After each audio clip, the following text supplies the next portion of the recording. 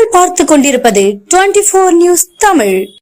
தி Bethany foundation ஒன்று சேர்ந்து 78வது சுதந்திர தின விழா நடத்தப்பட்டது.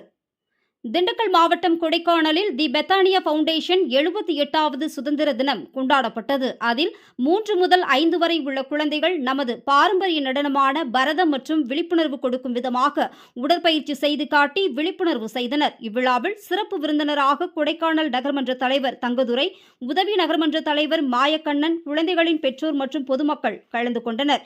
இதில் குழந்தைகள் காந்தி, நேதாஜி சுபாஷ் சந்திரபோஸ், நேரு போன்ற சுதந்திர தியாகிகளின் வேடம் அணிந்து அனைவரின் முன்பு அவர்களின் தியாகத்தை விளக்கி காட்டினர். மேலும் குழந்தைகளுக்கு இலவச சீருடை வழங்கப்பட்டது.